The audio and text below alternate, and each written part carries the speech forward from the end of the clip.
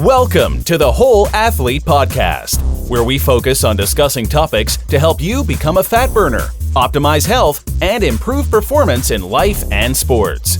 Transform the whole you from the inside out with the WHOLESTIC Method. Let's dive in. Here's your host, Debbie Potts. Hey guys, it's Debbie Potts, and I'm doing another new episode for you on the Whole Athlete Podcast, talking today about endurance athletes and their ketones, as we've been talking about Keto Mojo and how to measure your ketones and glucose instead of guessing. And I think it's really important to figure out how much fat, carbs, and protein you need. So let's talk today about how to measure how much fat, protein, carbs do you need based on your body's needs. So as endurance athletes, we always talk about being more metabolically efficient. So we're training our body to burn fat for our main fuel tank when we are training, racing, and at rest, right? So metabolic efficiency testing are tests that you can find in some major cities. It's hard to find a metabolic testing cart, and there's, $200-$300 to get the test done, but it's really great information to get to figure out where you are burning the most fat at what heart rates and how efficient you are, and where your metabolic crossover point is, where you switch from fat goes down as your fuel source to carbohydrates fuel. So training for endurance events, we should be training in those aerobic fat burning ranges. And how we do that is with heart rate training, doing some interval training when appropriate once you built up that foundation, and then what we eat. So doing a low carb, high fat, ketogenic diet allows your body to be more in the fat burning metabolism. So how do we know that? Well, the Keto Mojo we talked about last episode, testing your ketones and your glucose. So it shows in some Journal of Metabolism articles showed how ketosis affects the endurance athlete. So they showed that when you're on a keto diet, you burn approximately 2.3 times more fat for energy than those who are not on a keto diet. Now, we're not talking about burning fat from a cosmetic perspective. They talk about in Keto Mojo's website, I'm just going through some of their articles for you. Some good research links that they have on there as well might benefit you if you want to research further on this topic. But the burning fat as your main energy source is what we want to do as endurance athlete if your goals for performance and longevity. As burning glucose is going to cause more oxidative stress and speeds up your aging process. So who wants to speed up aging process? Not me.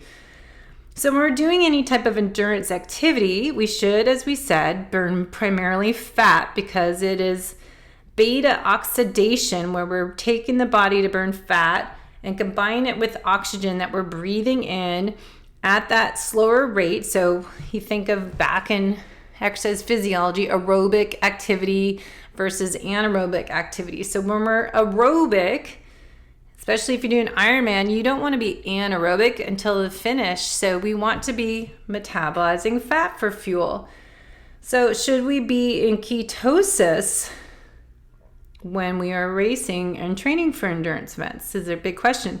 So as we talk about in Volek and Finney's books over the years, metabolic efficiency podcasts we've done, you have, say, 2,000 calories of stored carbohydrates in your body, in your muscles, your liver glycogen, but the fuel that we're going for is stored in the muscles. So if we keep using up that glycogen by being anaerobic, training at that heart rate where you're burning carbohydrates as your main fuel source, you're going to deplete that gas tank and have to keep refueling with that carb gas fuel to keep going. But if we train our body to go to the fat fuel tank, we don't have to refill it as much because we have 40,000 to 80,000 calories of stored fat in our body.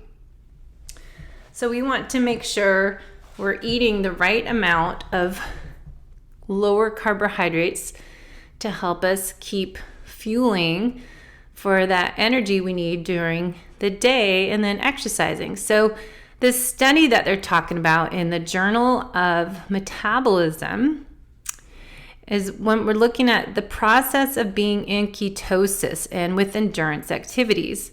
We know we have abundance of fuel, never-ending source of fat if we're using it for endurance activities. As I said, 40,000 calories is a lot of stored fuel, but how do you access that fat fuel?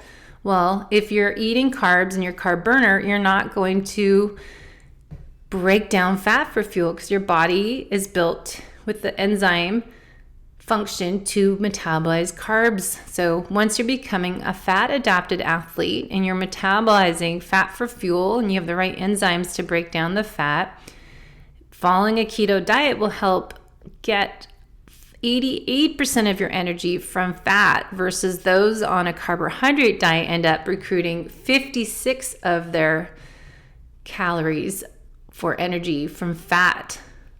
So that's a big difference. 88% of the energy from fat versus 56% of the energy from fat during activities. So those that are not on a keto diet still can utilize a bit of fat during an endurance activity. So that's why you might know some people that are endurance athletes that you train or race with that may be still doing the high carb diet, but they're still able to activate some fat burning. But think of the aging process, that longevity, oxidative stress that we're putting on our body is more my focus. And my concern as I get older, I want to still train and race, but not look like old, wrinkly, worn out person because I overtrained at high heart rates and I was a sugar burner. I want to be a fat burner and reduce my oxidative stress. So when we're doing any type of endurance activities as swim, bike, or run, that we're in aerobic metabolism, not anaerobic, where we're burning fat. If you're on a keto diet, you maximize the true fat fuel source a lot more than a carb diet. So if you're still a traditional fuel planned athlete eating the high carb rich foods, still eating a lot of the bagels and Cliff Bars and all those carbohydrates, you might find that you're still able to run your endurance activity, but you may have to eat more. You'll have to constantly replenish your glucose levels. And that's what we've talked years ago with Bob Seebohor, metabolic efficiency training, is that you reduce that GI stress when you are fat burning. So big benefit is not just the aging process, but GI distress is increased when you're doing that constant refueling that gas tank. Because remember, 2,000 calories approximately, because everyone's different, that we have to keep refueling if you're a carb burner. So if you're still burning that high rate of, you're still burning fat, say you're burning 50% fat, but the rest of that's carbohydrates, you'll have to keep eating those gels along the way, Gatorade and getting that sugar. But if you're on a keto diet, you don't have to do that because we're tapping into that fat fuel, and I can do a fasted workout and not have anything. And then if I do need something, I can have a fat bomb or nut butter type of thing, of peely nut butters I like, or the Primal Kitchen has these macadamia nut bars I like to have too. If I'm going for a really long ride, I'll need something, but it doesn't need to be carbohydrates. It can be a high fat snack because I have still body fat enough to have the fuel coming from my fat stores, and then the calories that can come in hand that I have before a workout or during the workout if needed. But it doesn't need to be high carb snack.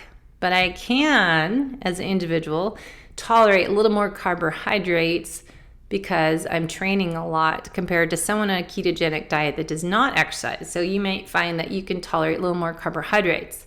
So as I just said on an interview with my friend Jessica about ketogenic athletes, is that we can tolerate a little more carbohydrates. And there isn't just one answer that, all right, you can do 50 grams a day of carbs total. Well, I think you can use Keto Mojo, test your fasted glucose and ketones in the morning, maybe do it before your main meal of the day and 2 to 3 hours afterwards, and just track and then compare that information with Intuit training, as Peter Defty talks about, that you're training by your heart rate, doing some HIIT training 2 times a week perhaps, or once, and check your endurance training workouts. How is your speed, your power, your mile per hour run pace at your aerobic heart rates? How is your energy level and performance? Then let's look in your recovery. How do you feel afterwards, and how fast do you bounce back? So perhaps you need to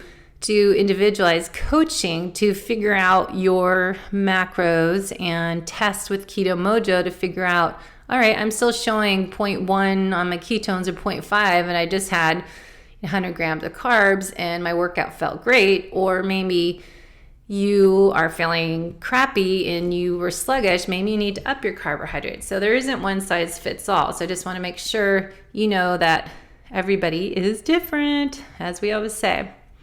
So we can be dual fueled. That's what metabolic flexibility is, that we can use fat as our main fuel tank, but when necessary, when you're racing to that finish line or you have a quick hill climb, you have to do a surge, that you can tap into some glucose reserve. So we spare that carbohydrate sparing effect, that you have those stores in your carbohydrates, that backup fuel for when you need it. So the best part of being fat adapted in training, where you're most metabolically efficient, is that I can not use those carbohydrates till I really need them. And they're that like secret weapon. And you can tap into those glucose stores in those muscles when you need it. And then we can switch back and still be burning fat.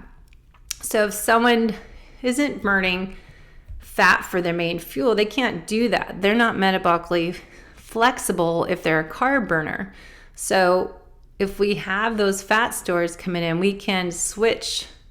So that dual fuel tank, remember, fat fuel tank is a lot larger and we don't have to refuel it very often. So that's why it's very easy to do fasted workouts. If you listen to my podcast that might be out or coming out soon with Pete Jacobs, the Ironman World Championship winner of 2012, has switched to a low carb, high fat carnivore keto athlete. And he's doing it because of health reasons, and his performance has increased. He struggled with fatigue for years and GI stress, and he's found it works best for him to do a very strict carnivore diet. Now, that works for him because he knows he feels crappy and has some health issues if he doesn't stick with that fuel plan. That's what works for him. So you don't maybe have to be as strict, but it's a good example that you can do a fasted 5-hour training workout and not cause additional stress on your body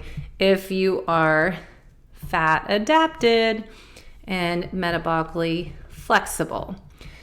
Now, I went through the terms defining what all this means in another podcast in my blog, debbiepotts.net. So if you can't figure out what I'm talking about, I tried to do a blog and also post lots of research articles on my Facebook page that's public. Low Carb Athlete is what that is called. So going back to this article that Keto Mojo talks about for keto and endurance athletes, that you might find after your endurance workout, your ketone levels are a little bit lower and your glucose levels are a little bit higher. So that's why Keto Mojo is great to test both glucose and ketones and get a good idea of where you are at based on your training and your fuel plan, as it's so unique. So there isn't one size fits all. So now if your ketone levels drop and your glucose levels elevate after workout, you need not to freak out, which people do, because that's why it's great to see how you are doing with your individualized program. So if you can go for that long run or long bike ride, that your ketone levels are going to be high because your body is burning fat and burning extra fuel. So you're going to have more ketones. So if we had that dual fuel that you needed to dip into those carbs, you can still do that without kicking yourself out of ketosis if you are fat adapted. So what you can do is test throughout the day to find when your ketones are the highest. And this is the time of day you should go for your long run, and the time that you should try to focus on more of your endurance training sessions. Now, this is going to allow you to build the stamina, the endurance you need for your race, because we're working that metabolic efficiency. How fast can you go? How much fat you can burn, say at 130 heart rate, should improve with your training program. So if I keep training at my MAF zones, max aerobic function, 130, and not go over 140. So, for example, we've talked about this years ago, my old Fit Fat Fast podcasts, which are all on the archives on my Debbie Potts website, that you can understand visually that if we start at 130 heart rate, you have to do a 10-minute mile maffetone type of training. You're doing 10-minute mile at 130 heart rate. Well, maybe you start that in November, and then by January or maybe February, you've gotten down to a 9-minute mile at 130 heart rate. So by the time race season comes around, maybe I can get to an 8:30-minute mile pace and still stay at 130 heart rate. So I'm getting faster and burning higher percentage of fat fuel at those lower heart rates. That's with your nutrition and how you train. So the aerobic metabolism is where we're burning fat for fuel, and anaerobic metabolism. So if you're an endurance athlete, not on a ketogenic diet, will dip into those glucose reserves more frequently. So remember, if they're burning 50% fat, 50% glucose, that their heart rate is elevating a little bit too high, which most people do, train in that black hole, that they're burning more carbohydrates than they should. So they're going to have to use a lot more carbohydrates. But when you're keto adapted or fat adapted, you are in some state of ketosis, about 0.5 on your measurement. You don't have to tap into that glucose, only when you need it. So I tend to do my long bike rides on a Saturday and my long runs on a Sunday, and say I'm keeping my workout, especially on the bike, is a little easier than a run to keep your heart rate down. But the finish, I do a little more of a time trial on the bike. So I keep my heart rate 120 to 130 on my long bike rides. I don't need to take much additional fuel. Maybe if I'm going for 3 hours or longer, but under 3 hours, I'm just good with water and sea salt. But if I'm going for a longer ride, I like to finish with a little 140 to higher, let my heart rate go up, and do a little time trial and attack more of the hills and just kind of have fun towards the end and work a more race pace. Well, I'm going to take some glucose from my muscle and use that into energy. So at the top of the hill, maybe I've gotten back, my heart rate recovers, I'm back to 130, I'm cooling down and just finishing my workout. Well, now my ketones are still used and I have abundance of fuel, so I can go longer. We used to think that once you go above that fat burning range, you can't switch back. But now as I say this, I realize that's what metabolic flexibility is. We used to always say, back when I started doing this in 2003, we had to stay at that MAF heart rate, but if we went above that, it would take you 7 hours to go back to burning fat if you crossed over. But what if I'm fat adapted because of my nutrition program and I've been fasting? So then now, these days, I can go 130 and then go up to 160 for my sprint finish. I can cool down and go back to 120, 130 heart rate and still burn fat. So that's how you want to train to get your body more metabolically flexible and efficient. So testing after you work out might be kind of a fun test to do. And same thing when you're going for a long run, that your glucose levels didn't change, but the ketones might even be a little higher because you're using them. You're breaking down fat. That's why I don't think we should take all these additional ketone supplements unless you need some brain fuel, but your ketones should be high because you're metabolizing your fat. Beta oxidation, the byproduct is the beta hydroxybutyrate, the acetone acetate. So we know our ketones are higher because we are burning fat, not just drinking ketones, which is okay for your brain fuel if you need to add focus and clarity. But I like to make sure I'm burning ketones because of my ability to be fat burning. So what else do we have here? Now, we don't need to say all carbs are bad because we are endurance athletes. We are going to burn some carbs, but we don't need to do the typical carb loading as people that are sugar burners do. So we can still metabolize carbs from protein and triglycerides. Our triglycerides are tri-3 glycerides, so glycerol and 3 fatty acids. So we can take that and make it into muscle glycogen.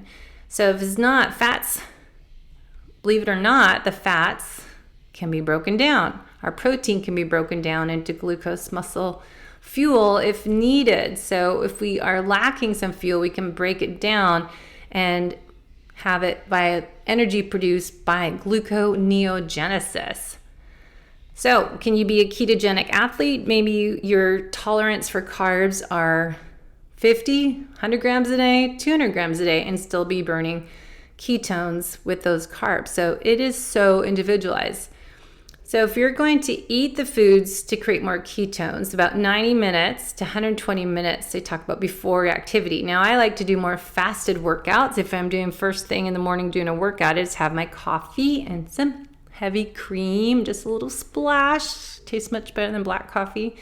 And then if I work out in the afternoon, I think it's great to do fasted, or what this article in Keto Mojo was talking about was having Thomas DeLauer was doing an article about fasted workouts, or if you eat, just make sure your workout is 4 hours after you ate, so you're more tapped into those fat fuel sources.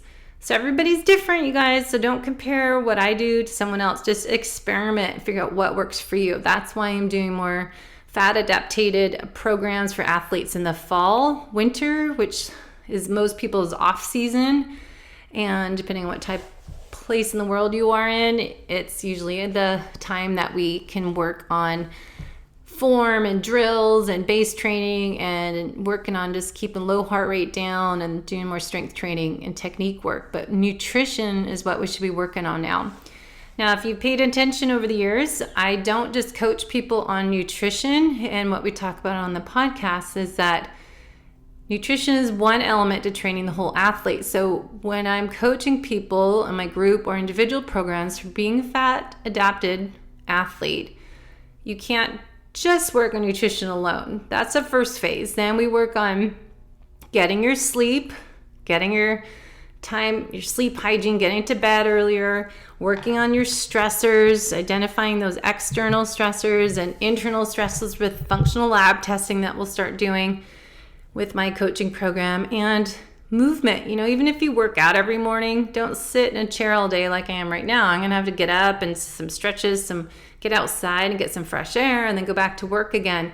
Get movement and mobility during the day. Digestion and gut health. Even if you're eating a low carb ketogenic diet, I keep saying on every episode, it's not just what you eat, but how you're eating it. So not eating in a stressed state of mind. Be relaxed. Feel like you're on vacation on a Greek island or in Italy and Tuscany on a mountaintop in Montepulciano, sitting there totally chilled. Eat slowly, chew your food, and work on perhaps getting some digestive supplements as what's the one we just did? The Capex with the BioOptimizer company. They have a great one that's a good all-in-one fat supplement to fat digested enzymes for your bile and the digestive enzymes, and HCl supplement to break down your protein. I think we all can use some of that. And my other favorite is the Megaspore spore-based probiotic for your gut health and help repair leaky gut. We've done 2 or 3 podcasts with Quran you can find in the archives. And then I've been using Quicksilver, a supplement that I will interview them this fall, winter. I've been doing glutathione, and I've been doing the menthol B complex and their liver sauce supplement, as well as mitochondria, which I like the Quicksilver because it's liquid and you don't have to take another pill.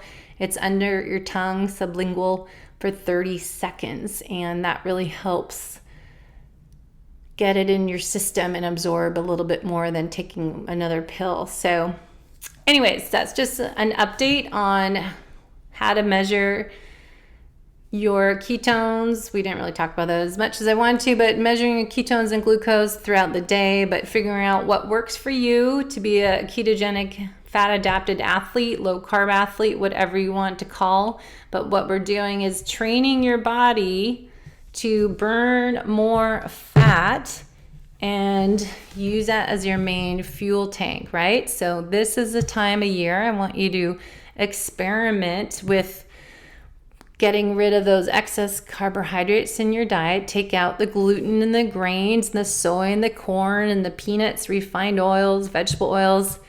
Take that out. Those are inflammatory foods, and work on eating real nutrient-dense whole foods. So when I coach people in my group 30-day programs and in my individual 90-day programs, it is about taking out those foods, but I like to not focus on what you can't eat, but focus on what you can eat. So focusing for me is more of a meat, grass-fed, free-range, wild-caught, animal-source protein, and organic vegetables, non-starchy ones, and lots of healthy fats like olives and coconut oil, grass-fed butter, ghee, all sorts. I don't like sardines and anchovies, but those are great fatty fishes to have. And, just mix it up. There's so many different recipes to find on Pinterest and on Instagram. People share a lot. So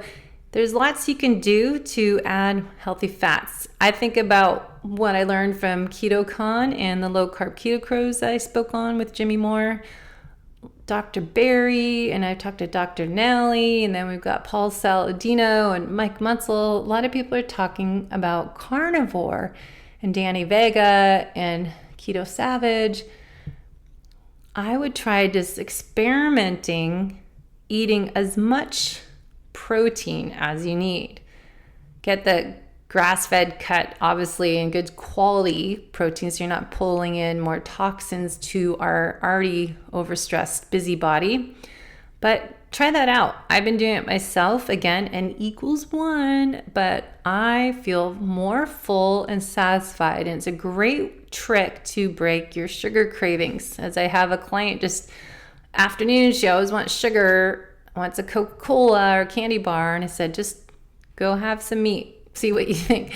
Just try it out and see if you can just break that sugar addiction. So try figuring out this off season how to eat real nutrient-dense foods, getting those carbohydrates down, working on those macronutrients. You don't know unless you test. So you can find the show notes. I'll put the link for the article, Keto Mojo. It's keto/mojo.com, and there's some great articles, and they're redoing their website, and we will do more with them in the future. But I think it's the best way to test and not guess. And it goes with my functional diagnostic nutrition practitioner work I'll be doing with people as well. You don't know what your hidden stressors are unless you do functional labs. You don't know if you're eating the right foods for your metabolic type and to be burning fat unless you test your ketones and your blood sugar. So a lot to learn, but it's an individual experiment, not comparing yourself into these multiple keto athlete, ketogenic diet Facebook group pages that everyone's different, and most of them are not endurance athletes doing these ultra long workout sessions. Remember, 30-45 minutes is ideal for working out and doing some HIIT training twice a week, and the rest of the time doing low heart rate, not doing this long stuff that we do for racing. So off season, try to cut back on your distance and just work on rebuilding and recalibrating the whole you from the inside out.